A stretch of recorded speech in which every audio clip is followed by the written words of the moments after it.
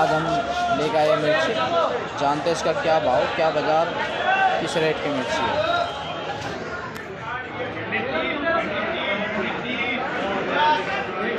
ये मिर्ची है, बड़ी बोरी की मिर्ची है, बढ़िया एक नंबर मिर्ची होगी, सुपर मिर्ची होगी। इसमें वज़न होगा 55 से 60 किलो का।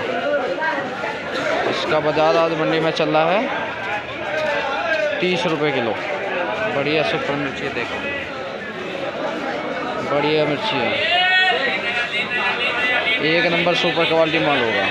जिस भाई को चाहिए वो केस पर आइए और सुपर मिर्ची का लाभ उठाइए और आज मंडी लेकर जाइए। ये त्योहार की वजह से डाउन पे डाउन होता जा रहा है। बढ़िया मिर्ची का भाव 30 रुपये किलो, सुपर क्वालिटी माल होगा, एक नंबर। ये